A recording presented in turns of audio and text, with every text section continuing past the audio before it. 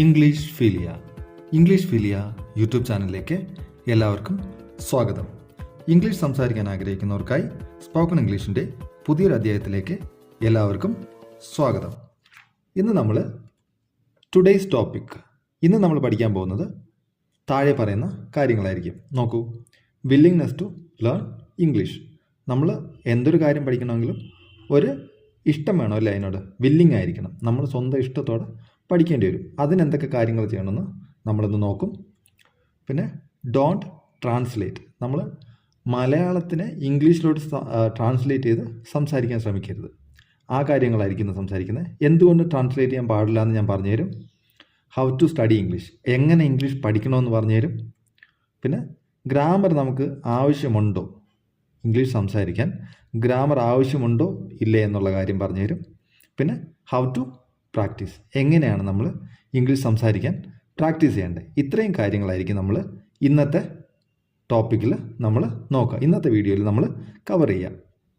നോക്കൂ, willingness to learn English. നമ്മൾ എന്തൊരു കാര്യം വേണമെങ്കിലും അതിന് ഒരു വില്ലിങ്നെസ് വേണം അല്ലേ. വില്ലിങ് ഉണ്ടെങ്കിലേ നമുക്ക് എന്തും പഠിക്കാൻ പറ്റുള്ളൂ. ഇപ്പം നിർബന്ധിച്ച് നീ പഠിക്കുക എന്ന് പറഞ്ഞ് നമ്മൾ ആരെയും പഠിപ്പിച്ചെടുക്കാൻ പറ്റില്ല. അപ്പം നമുക്ക് ആദ്യം വേണ്ടുന്ന കാര്യം നമ്മൾ വില്ലിങ് ആയിരിക്കണം. പഠിക്കാൻ വില്ലിങ് ആയിരിക്കുമ്പോൾ ശ്രദ്ധിക്കേണ്ട കാര്യങ്ങൾ എന്തൊക്കെയാണ്? വില്ലിങ് ആയവർ ശ്രദ്ധിക്കേണ്ടതാ eager to learn new things. ഒരു കാര്യം പഠിക്കണമെന്നുണ്ടെങ്കിൽ നമ്മൾ അതിൻ്റെ പുതിയ കാര്യങ്ങൾ എന്ത് കണ്ടാലും പഠിക്കാൻ ശ്രമിക്കും. ഉദാഹരണത്തിന് പറയുകയാണെങ്കിൽ ഇന്ന് ഞാൻ ചാനലിൻ്റെ പേരെന്നാണ് പറഞ്ഞത്, ഇംഗ്ലീഷ് ഫീലിയ എന്നല്ലേ. ഫീലിയ എന്നുള്ള വാക്ക് എത്ര പേര് കേട്ടിട്ടുണ്ടെങ്കിൽ കുഴപ്പമില്ല, അതറിയാമെന്നുണ്ടെങ്കിൽ ഓക്കെ. കേട്ടിട്ടില്ലാത്തവരുണ്ടെങ്കിൽ എത്ര പേര് ചിന്തിച്ചു അതിൻ്റെ അർത്ഥം എന്തായിരിക്കും, അങ്ങനൊരു വാക്കുണ്ടോ എന്ന് ആരെങ്കിലും ചിന്തിച്ചോ? അതാണ്, പുതിയ വാക്ക് കണ്ടു കഴിഞ്ഞാൽ നമ്മളത് പഠിക്കാൻ ശ്രമിക്കണം. മനസ്സിലായോ? അപ്പം ഇംഗ്ലീഷ് ഫീലിയ എന്ന വാക്കിൻ്റെ അർത്ഥം ലൈക്കിംഗ് ആണ്. നമ്മൾ ഇങ്ങനെ പഠിക്കണം. ഫീലിയ എന്ന വാക്കിനർത്ഥം ലൈക്കിംഗ് ആണ്. ഫോബിയ എന്ന് കേട്ടിട്ടുണ്ടോ? ഫീലിയയുടെ ഓപ്പോസിറ്റാണ് ഫോബിയ. ഇംഗ്ലീഷ് ഫോബിയ എന്ന് കേട്ടിട്ടുണ്ട്, ഇംഗ്ലീഷിനോടുള്ള പേടി. ഞാനതുകൊണ്ടാണ് നമ്മുടെ ചാനലിൽ ഇംഗ്ലീഷ് ഫീലിയ എന്നാക്കിയത്. എന്തുകൊണ്ടാണ്? ഇംഗ്ലീഷിനോടുള്ള ഇഷ്ടം. നമുക്ക് എന്ത് സബ്ജക്റ്റ് ആണെങ്കിലും എന്താണെങ്കിലും നമുക്കൊരു ഇഷ്ടം വരണം പഠിക്കാൻ. നമ്മൾ പേടിച്ചിട്ടോ ടഫാണോ എന്നൊക്കെ വിചാരിച്ചാൽ പഠിക്കാൻ പറ്റില്ല. എന്താണേലും പഠിച്ചെടുക്കണമെങ്കിൽ അതിൻ്റെതായൊരു സമയമെടുക്കും.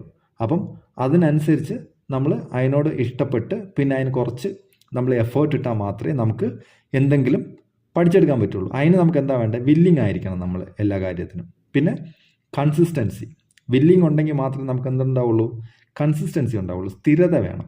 നമ്മൾ ഒരു മിനിമം ഒരു 3-4 മാസമെങ്കിലും ഡെയിലി ഒരു അരമണിക്കൂർ മുതൽ 1 മണിക്കൂർ വരെ, മിനിമം ഒരു അരമണിക്കൂറെങ്കിലും, അല്ലെങ്കിൽ 1 മണിക്കൂർ, അതിൽ കൂടുതൽ എത്ര സമയം വേണമെങ്കിലും നമ്മൾ ഇംഗ്ലീഷിന് വേണ്ടി മാത്രം ചിലവാക്കുക.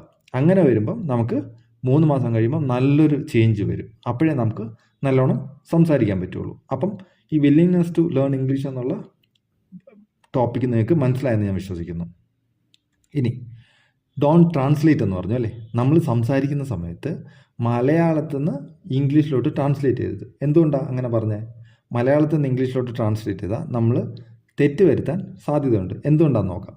ഐ സ്റ്റഡി ഇംഗ്ലീഷ് ഒരു സെൻറ്റൻസ് ആണ്, ഇംഗ്ലീഷിലൊരു സെൻറ്റൻസ് ആണ്. ഇതിൻ്റെ സ്ട്രക്ചർ എന്ന് പറഞ്ഞാൽ subject I, subject, study verb, English object ആണ്. ഇതാണ് ഇതിൻ്റെ സ്ട്രക്ചർ. എന്നാൽ ഇതിൻ്റെ മലയാളം എന്താ? ഞാൻ ഇംഗ്ലീഷ് പഠിക്കുന്നു എന്നാണ്. ഞാൻ ഇംഗ്ലീഷ് പഠിക്കുന്നു. നോക്കൂ, ഇതിൻ്റെ സ്ട്രക്ചർ നോക്കൂ. Subject, object, verb. നിങ്ങളിപ്പോൾ ട്രാൻസ്ലേറ്റ് ചെയ്യുകയാണ്, ഞാൻ ഇംഗ്ലീഷ് പഠിക്കുന്നു എന്ന് ചിന്തിച്ചിട്ട് നിങ്ങൾ അതിനെ ഇംഗ്ലീഷിലോട്ട് ട്രാൻസ്ലേറ്റ് ചെയ്യുകയാണെങ്കിൽ എന്ത് പറയും? ഞാൻ ഐ ഇംഗ്ലീഷ് ഓക്കെ, ഇംഗ്ലീഷ് എന്ന് പറയും. പിന്നെ സ്റ്റഡി, ഐ ഇംഗ്ലീഷ് സ്റ്റഡി എന്ന് പറഞ്ഞാൽ സെൻറ്റൻസ് തെറ്റും. ഒരു സെൻറ്റൻസ് കൂടെ നമുക്ക് നോക്കാം. I play cricket. കണ്ടോ? അതും സബ്ജക്റ്റ് വെർബ് ഓബ്ജക്റ്റ് ആണ്.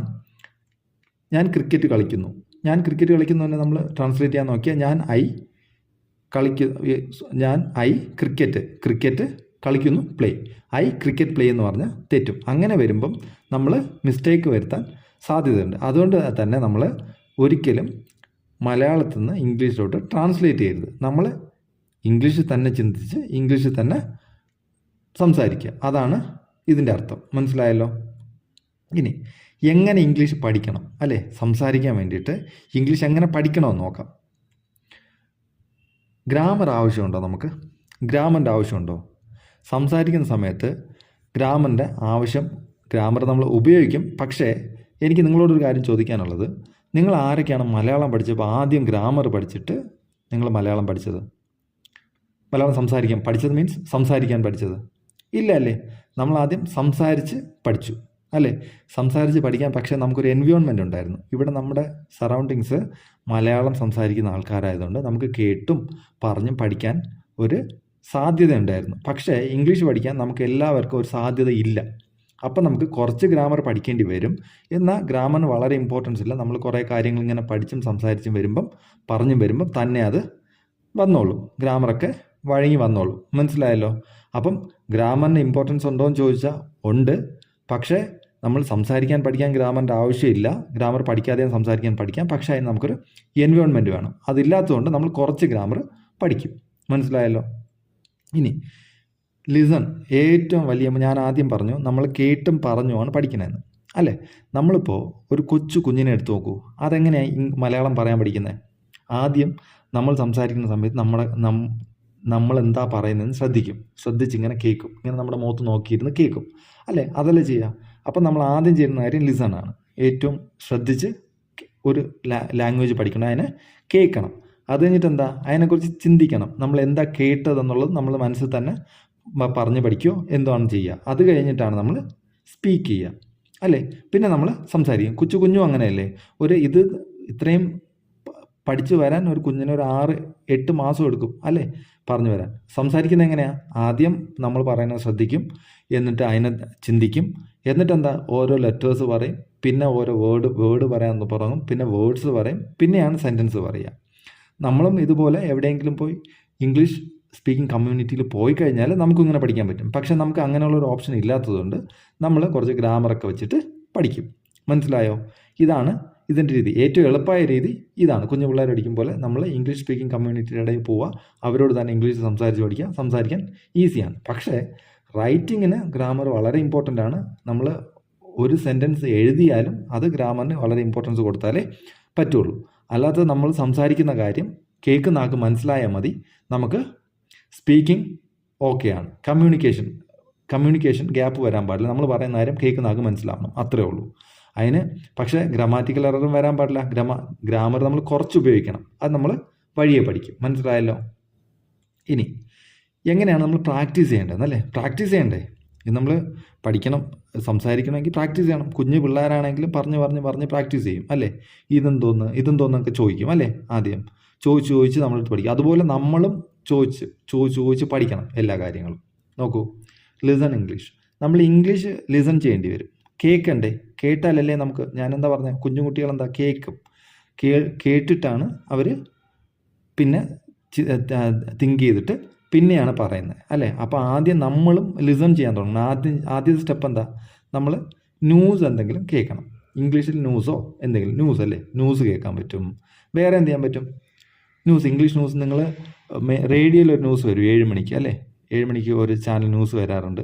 ആ ന്യൂസ് കാണുക. ഇംഗ്ലീഷ് ന്യൂസ് കണ്ടു കഴിഞ്ഞാൽ 15 മിനിറ്റ് ആ ന്യൂസ് കേട്ടാൽ മാത്രം മതി. അല്ലെങ്കിൽ TV ചാനൽസിൽ ഇഷ്ടം പോലെ CNBC എന്നോ BBC ഒന്നും ആദ്യം പഠിക്കേണ്ട, ഇന്ത്യൻ ചാനൽ ആദ്യം നോക്കിയിട്ട് അതിലാകുമ്പോൾ കുറച്ച് മനസ്സിലാവും ഇംഗ്ലീഷ്. അതിൽ ഏതെങ്കിലും ഒരു ഇംഗ്ലീഷ് ചാനൽ കുറച്ച് നേരം ന്യൂസ് കാണും. നമ്മുടെ കറണ്ട് അഫേഴ്സും ഇമ്പ്രൂവ് ആവും, ഇംഗ്ലീഷും ഇമ്പ്രൂവ് ആവും. അത് കാണുക. അല്ലെങ്കിൽ ന്യൂസ് കാണാൻ താല്പര്യമില്ലാത്തവർക്ക് ഇംഗ്ലീഷ് മ്യൂസിക് കേൾക്കാം. നമ്മൾ ഏത് ലാംഗ്വേജാണോ പഠിക്കേണ്ടത് അത് ഇംഗ്ലീഷിൻ്റെ മ്യൂസിക് കേൾക്കാം. മ്യൂസിക് എന്ന് പറഞ്ഞാൽ പാട്ട് കേൾക്കുക.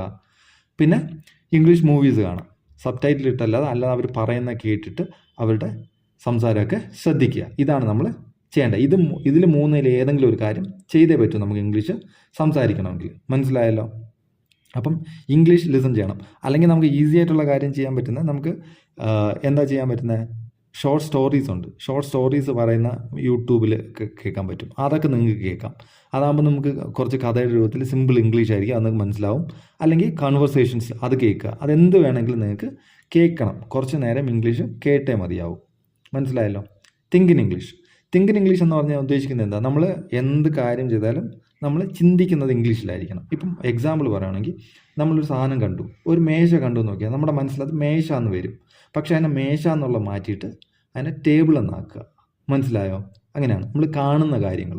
നമ്മൾ എന്തെങ്കിലും ഒരു കാര്യം കാണുവാണെങ്കിൽ അല്ലേ, എന്തെങ്കിലും കാണുന്ന കാര്യങ്ങൾ നമ്മൾ ഇപ്പം മേശ കണ്ടു, നമ്മൾ മേശ എന്നാൽ നമ്മുടെ മനസ്സിൽ വരും. അതിനെ കൺവേർട്ട് ചെയ്ത് അതിനെ ഇംഗ്ലീഷിലോട്ട് മാറ്റി ടേബിൾ എന്ന് മനസ്സിൽ വരുത്തണം. എന്നിട്ട് അതുപോലെ തന്നെ ഇപ്പം കൂട്ടുകാർ നടന്നു വരുമ്പോൾ അത് കൂട്ടുകാർ നടന്നു വരുന്നു എന്നല്ല, ഫ്രണ്ട്സ് വരുന്നു എന്ന് ആക്കണം, ഫ്രണ്ട്സ് എന്നാക്കണം. നമ്മൾ ആദ്യം വേർഡ്സ് മാറ്റിയാൽ മതി. ഫ്രണ്ട്സ് അങ്ങനെ കുറേ വേർഡ്സ് ആയിട്ട് മാറ്റുക. ഫ്രണ്ട്സ് വാക്കിംഗ് ടുവാർഡ്സ് മീ എന്ന് വേണമെങ്കിൽ പറയാം. പക്ഷേ അത് നിങ്ങൾക്ക് അറിയത്തില്ലെങ്കിൽ ആദ്യം നമ്മൾ വേർഡ്സ് മാത്രം മതി. വേർഡ്സ് മാത്രം ഇംഗ്ലീഷിലോട്ട് തിങ്ക് ചെയ്യാൻ ശ്രമിക്കുക. നമ്മൾ കാണുന്ന കാര്യങ്ങളൊക്കെ, ഇപ്പം നമ്മളൊരു തവളയെ കണ്ടു, അപ്പോൾ തവള എന്നല്ല ഫ്രോഗ്. ഇപ്പോൾ ഒരാൾക്ക് പറയുകയാണെങ്കിൽ ഫ്രോഗ് എന്ന് പറയണം, മനസ്സിലായില്ലെങ്കിൽ ഫ്രോഗ് എന്ന് വിചാരിക്കണം. അപ്പം ഫുഡ് കാണുമ്പോൾ ഫുഡ് എന്നും, ഭക്ഷണം എന്നല്ല ഫുഡെന്ന് വിചാരിക്കുക. മനസ്സിലായല്ലോ? ഇങ്ങനെ നമ്മൾ മനസ്സിൽ ഇങ്ങനെ ചിന്തിക്കുക. എന്നിട്ട് തൊടുന്ന കാര്യങ്ങൾ, എന്തെങ്കിലും തൊടുവാണെങ്കിൽ, എന്തെങ്കിലും ജോലി ചെയ്യുമ്പോഴോ എന്തിനെങ്കിലും തൊടുമ്പം, നമ്മളിപ്പം ഫോൺ തൊടുമ്പോൾ ഫോണെന്ന് തന്നെയാണ് പറയുന്നത്. പിന്നെ എന്താ, ഒരു പുസ്തകം എടുക്കാൻ പോകുമ്പോഴോ നമ്മൾ എന്താ ചെയ്യുക, അതിനെ ബുക്ക് എന്ന് പറയുക, അല്ലെങ്കിൽ ടെക്സ്റ്റ് ബുക്ക് എന്ന് പറയുക. ആ രീതിയിൽ മനസ്സിൽ ചിന്തിക്കുക. മനസ്സിലായല്ലോ? പിന്നെ എന്തെങ്കിലും വർക്ക് ചെയ്യുമ്പോൾ നമ്മൾ ചിന്തിക്കുമ്പം ഞാൻ പഠിക്കാൻ പോകുന്നു, I am going to study, I am studying എന്നോ കുറച്ച് വേർഡ്സ് ആയിട്ട് ആദ്യം ചിന്തിച്ചാൽ മതി. വേർഡ്സ് ആയിട്ട് ചിന്തിക്കുക. എന്നിട്ട് നമ്മൾ സംസാരിക്കുമ്പോഴും ഇംഗ്ലീഷിൽ തന്നെ തിങ്കിങ് വരണം. അത് നമ്മൾ വരുത്തിയെടുക്കണം. നമ്മൾ ട്രാൻസ്ലേറ്റ് ചെയ്യാൻ ശ്രമിക്കരുത്. മലയാളം ചിന്തിച്ചിട്ട് ഇംഗ്ലീഷ് പറയാന്നുള്ളത്, ഇംഗ്ലീഷ് വേർഡ്സുകൾ ഇങ്ങനെ ചിന്തിച്ചാൽ ആ വേർഡ്സിൽ ഇങ്ങനെ കൺവേർട്ടായിട്ട് നമുക്ക് ആ സെൻറ്റൻസിൻ്റെ സ്ട്രക്ചർ വരുമ്പോൾ നമുക്ക് ഫ്ലോയിൽ സംസാരിക്കാൻ പറ്റും. നിങ്ങൾ ട്രാൻസ്ലേഷൻ മാത്രം ഒഴിവാക്കിയാൽ മാത്രം മതി, നിങ്ങൾക്ക് ഇംഗ്ലീഷ് വളരെ വ്യക്തമായിട്ടും കുറേ കൂടെ നന്നായിട്ട് സംസാരിക്കാൻ പറ്റും. ഇത് വളരെ ഇമ്പോർട്ടൻ്റ് ആണ്. ട്രാൻസ്ലേറ്റ് ചെയ്യരുത്. മനസ്സിലായല്ലോ?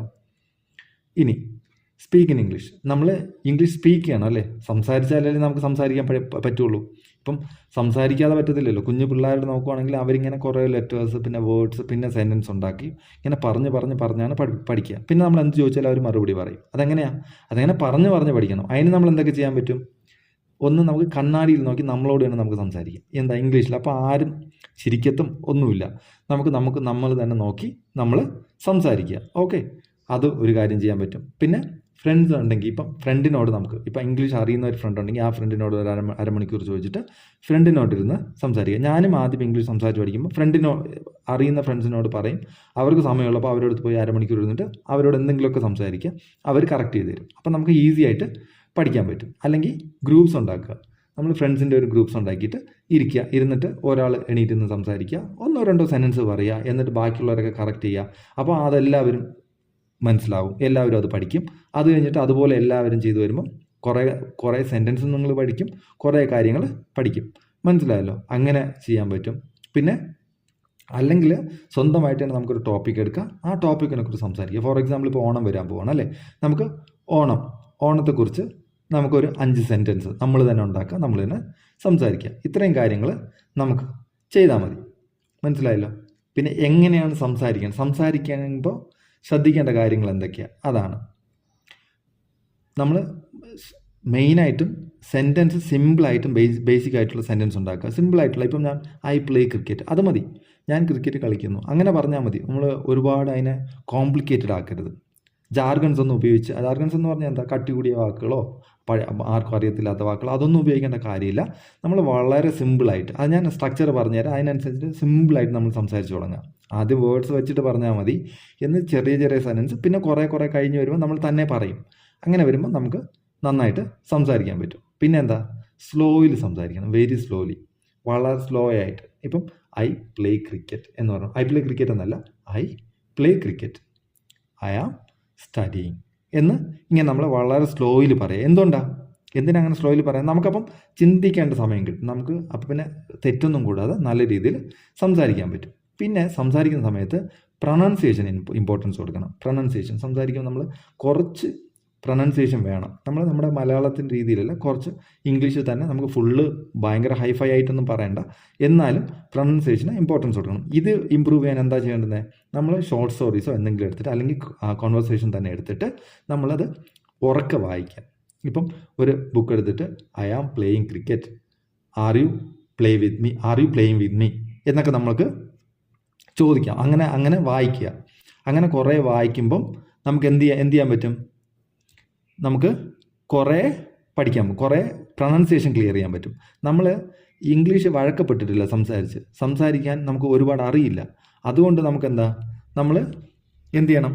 നമ്മൾ വായിച്ചേ പറ്റുള്ളൂ. നമ്മളിങ്ങനെ നോക്കി വായിച്ചു കഴിഞ്ഞാൽ സംസാരിക്കുമ്പോൾ തന്നെ പ്രശ്നമൊന്നുമില്ലാതെ വരും. അല്ലെങ്കിൽ നമുക്ക് ഒരു സ്റ്റാമർ വരും. സ്റ്റാമർ വരാൻ കാര്യം അതുകൊണ്ടാണ് നമ്മൾ സംസാരിച്ച് വഴക്കപ്പെട്ടിട്ടില്ല.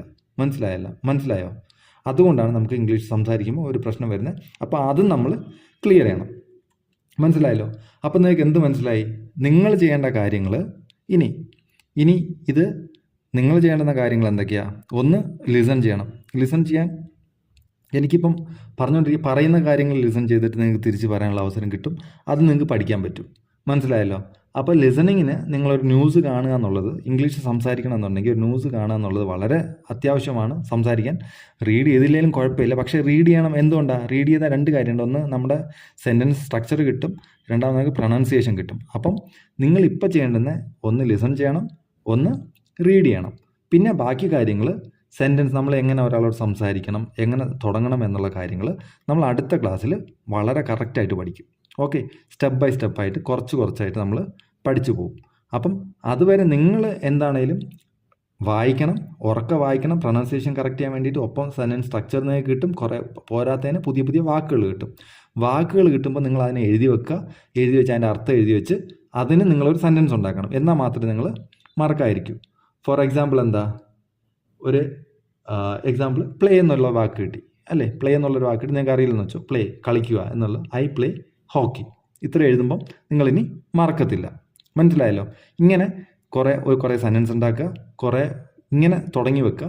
ബാക്കി കാര്യങ്ങൾ ഞാൻ എങ്ങനെയാണ് സംസാരിക്കേണ്ടതെന്ന് ഇങ്ങനെ വഴിയെ അടുത്ത വീഡിയോയിൽ പറഞ്ഞു തരുന്നതായിരിക്കും. അപ്പം ഇത്രയും നേരം വീഡിയോ കണ്ടതിന് താങ്ക് യു വെരി മച്ച്. അടുത്ത ക്ലാസ്സിൽ വീണ്ടും കാണുമ്പോഴേക്കും ബൈ, ടേക്ക് കെയർ.